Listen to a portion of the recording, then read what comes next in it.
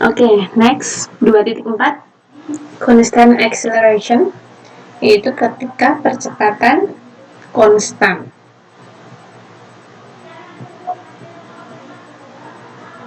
Percepatan konstan atau tetap. Nah, ini khusus untuk gerak-gerak yang dimana gerak satu dimensi sepanjang garis lurus dengan percepatan konstan, kita bisa gunakan hubungan-hubungan yang ditabelkan pada tabel 2.1, yaitu terkait posisi, displacement, kemudian kecepatan, kemudian acceleration, waktu, dan sebagainya. Jadi ada rumus-rumusan yang kiranya dapat kita pakai ketika kita menjumpai atau mendeskripsikan gerak dengan percepatan konstan. Nah, nanti ada beberapa persamaan ini ya. Dengan catatan nih, persamaan-persamaan ini tidak valid ketika percepatannya tidak konstan atau terjadi perubahan percepatan. Di sini ada hubungan antara kecepatan, percepatan, waktu, kemudian ada posisi X, dan seterusnya. Nah, Ibu tidak bahas satu persatu, ini hanya sebagai tambahan. Untuk penurunannya, mengapa bisa seperti ini, dan seterusnya, Ibu rasa ketika kalian membaca atau mengikuti teks daripada buku ini, mudah untuk dipahami. Nah, nanti intinya di constant acceleration ini, kita gunakan persamaan-persamaan untuk gerak percepatan konstan pada tabel 2.1 ini ya. Oke, ditabelkan seperti ini. Nah, ketika menjumpai ada suatu kasus atau soal yang kiranya dengan catatan percepatannya konstan, kemudian kita ingin mencari posisi, kecepatan, ataupun percepatannya, ataupun waktunya, dan sebagainya, kita bisa gunakan ini. 2.11, yaitu V dinyatakan V0 plus AT. Nah, di sini V-nya di sini adalah kecepatan, V0 adalah kecepatan awal, plus ATA-nya di sini adalah percepatan, kemudian T-nya waktu. Kemudian ada di 2.15, ini untuk mencari posisi, ya kan? Posisi akhir dikurangi posisi awal sama dengan kecepatan awal dikali dengan T ditambah setengah A daripada T kuadrat, ya kan? Dan di sini muncul V0 muncul kecepatan awal, ya karena ketika kita jumpai suatu gerak yang dimana dia terdapat acceleration, terdapat percepatan, otomatis terjadi perubahan kecepatan. Karena kecepatan berubah, maka di sini ada simbol V0, ya kan? Kemudian di sini ada V kuadrat sama dengan V0 dan seterusnya. Jadi persamaan-persamaan pada tabel titik 21 adalah persamaan gerak untuk percepatan konstan, kuncinya itu. Dan ini tidak akan valid ketika percepatannya berubah, kurang lebih seperti itu ya. Ini mungkin di SMA kalian sudah sering menjumpai persamaan-persamaan seperti ini. Secara fisiknya, Ibu rasa ini penjelasannya sangat mudah dipahami ya. Misal saja nih, first basic equation. Ketika percepatan konstan, percepatan rata-rata dan percepatan sesaatnya adalah sama. Dan kita dapat menuliskan, jadi persamaan 2.7 dengan perubahan sama-sama terjadi perubahan notasi. Di sini A sama dengan AVG, ya kan?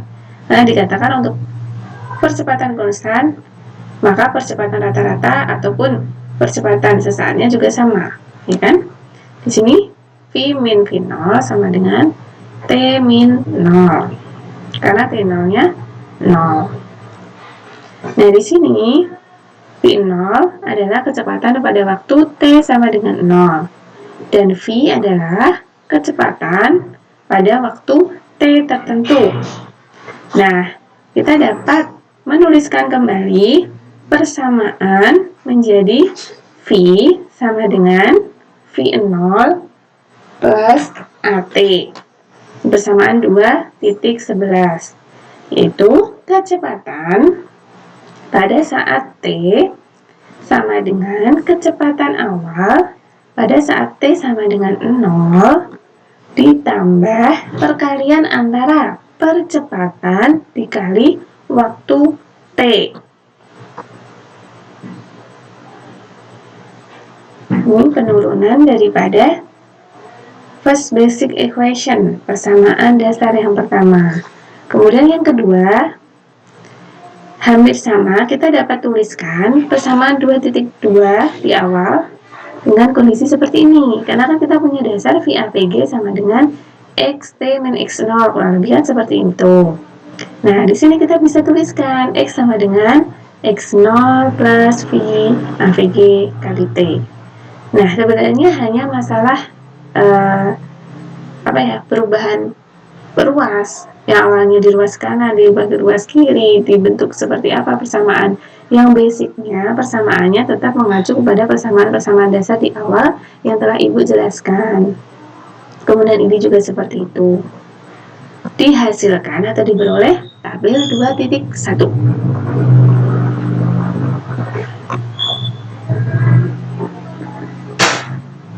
Nah, ini contoh lain ketika dijumpai percepatan konstan.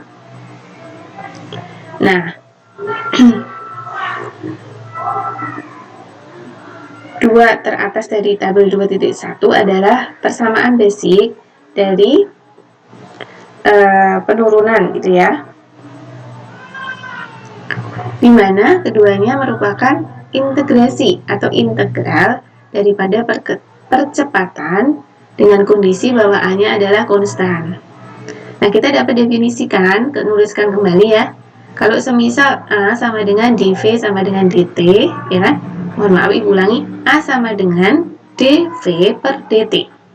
Maka dV, maka otomatis A dikali dt. Kemudian kondisi seperti ini, ketika kita ingin mencari kecepatan V-nya, maka kalau di matematika tinggal kita integralkan, ya kan? Bedakan antara turunan dan integral. Oke, di sini Ibu istilahnya tidak membahasnya karena nanti kalian akan dapat di materi kalkulus ya. Oke, di materi kalkulus terkait integral, turunan dan sebagainya. Nanti kita tinggal penerapannya. Kondisi seperti ini kayak seperti cacing ya, di SMA juga sudah, adalah integral daripada dV sama dengan integral A dt. Jadi konsepnya, kalau di sini bentuknya seperti ini, punya D, sebelah kiri punya D, sebelah kanan punya D. Maka kalau kita ingin mencari V, tinggal kita integral. Nah, kalau di sebelah kiri diintegral, maka di kanan juga harus diintegralkan. Nah, karena di sini A-nya konstan, A-nya bisa kita taruh di luar daripada integral, ya kan?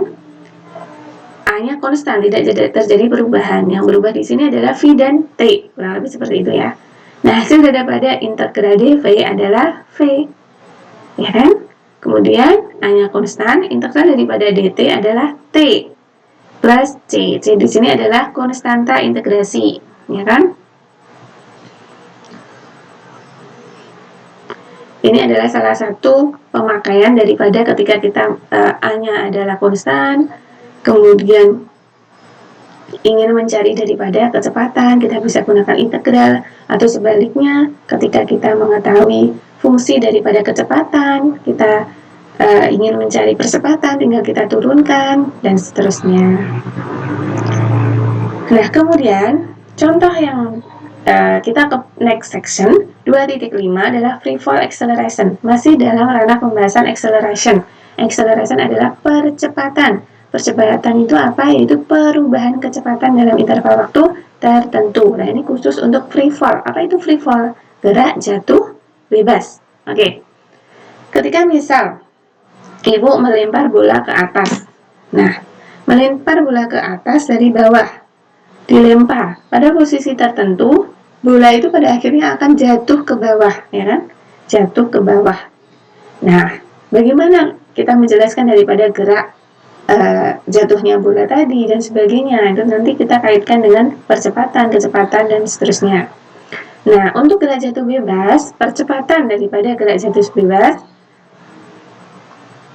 sering disebut dengan percepatan gravitasi, ya. Simbolnya G kecil, besarannya adalah 9,8 meter per sekon kuadrat. Diamati besarannya di sini meter per sekon kuadrat, setara atau identik dengan percepatan. Nah, ini khusus untuk percepatan gravitasi atau free fall acceleration. Percepatan jatuh bebas 9,8 atau mungkin ada yang menggunakan 10. Nanti tergantung pada kesepakatan. Nah, di sini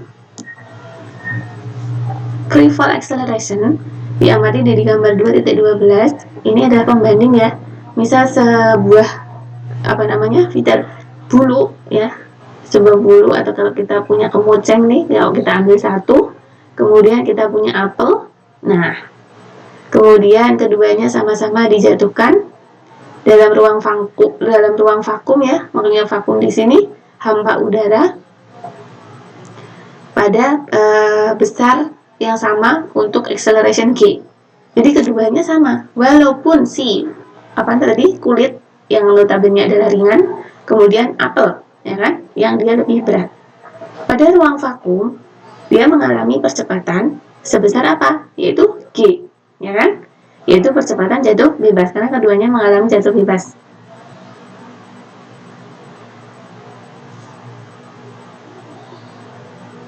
Nah, in the absence of air, ketidakberadaan udara, jadi vakum ya, ruang vakum hampa udara, di mana si kulit dan apel ini akan jatuh bersamaan. Catatannya adalah itu, ya kan? Jadi sama-sama memiliki G 9,8 atau percepatannya free fall. Meskipun si apel masanya lebih besar daripada si bulu, dia akan jatuh bersamaan. Konsep daripada atau contoh free fall acceleration.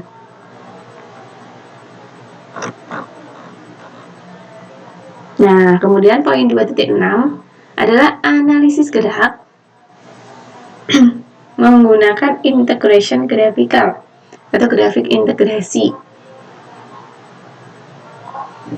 Learning objektifnya, kita diminta menjelaskan atau memahami perubahan partikel, perubahan apa? Perubahan kecepatan dengan apa? Dengan grafik. Yaitu grafik percepatan versus time. Biasanya ini dinyatakan dengan integrasi. Nah, di sini integration acceleration. Oke, tadi di awal kita punya A sama dengan dV dt, gitu kan? Nah, tuh kalau kita dikali di sini berarti dV sama dengan A dt. Nah, dV itu apa? Perubahan V1 min V0. Bisa kita tuliskan seperti ini ya. V0 minus 1 integral dari T0 T1A. Karena A-nya di sini konstan, ya kan? A-nya bisa keluar. dt yang berubah dari mana? Dari T0 menuju T1. Oke. Nah, di sini sisi kanan, ruas kanan adalah persamaan untuk integral. Ya kan? Kemudian V0 adalah kecepatan pada saat T0. V1 adalah kecepatan pada saat T1. Nah, di sini kita punya integral T0 hingga T1 dari A dt. Kalau dalam grafik di gambar 214, lihat ya, 214. Nah, this area, jadi luasan di bawah kurva ini adalah perubahan kecepatan. Oke, jadi persamaannya dari ini nih. Integral daripada T0 menuju T1 A dt. Jadi ini kan A. Kemudian ini T, ya kan, grafiknya. Nah, luasannya di sini, perkaliannya, untuk gambarannya seperti itu, luasan daripada ruang ini, menyatakan apa? Menyatakan perubahan kecepatan. Kok bisa? Bisa kita tinjau dari sini. Perubahan kecepatan dinyatakan dengan integral demikian. Nah, integral demikian kalau digrafikan seperti ini, ya kan bentuknya? Jadi tadi adalah integrating acceleration. Oke, integral daripada percepatan. Sekarang, integral daripada kecepatan adalah posisi atau X, ya kan? Konsepnya sama. Di sini area Vt. Jadi yang perlu diamati, kalau kita punya grafik hubungan A dan T, maka luasannya di sini adalah menyatakan perubahan luasannya di sini ya. Integral daripada A dt adalah perubahan kecepatan. Nah, kalau di sini grafiknya adalah V dan T, maka ini adalah perubahan posisi dari X1 menuju X0. Nah, ini konsepnya seperti itu. Nah, kita telah selesai pembahasan. Oke, kita review. Review and summary position. Posisi X dari partikel di sepanjang sumbu X itu berada atau terletak ketika kita bisa menentukan terhadap titik acuan tertentu, zero point atau origin.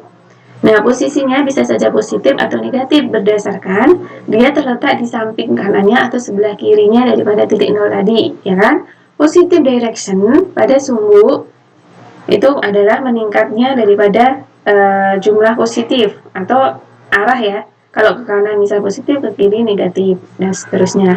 Kemudian displacement delta X, yaitu perubahan daripada posisi akhir dikurangi posisi awal, pokoknya seperti itu. Kemudian kita punya percepatan, kecepatan rata-rata. Yang namanya kecepatan tadi salah satu besaran vektor, yaitu perubahan daripada displacement ya, delta X perubahan posisi dibagi delta T. Kemudian kelajuan, kalau kelajuan di sini adalah total daripada jarak yang ditempuh. Kita mengenal juga yang disebut instantaneous atau sesaat, yaitu menggunakan limit delta T mendekati 0. Atau di sini menjadi D, yang awalnya delta menjadi D, karena di sini perubahannya lebih kecil, sangat kecil. Oke, kemudian di sini ketika constant acceleration bisa digunakan persamaan-persamaan ini. Free fall acceleration adalah G, ya kan? 9,8 meter per sekon. Kemudian nanti kita bisa analisa gerak dari grafik hubungan, baik itu hubungan XT, grafik AT, maupun hubungan grafik VT. Oke?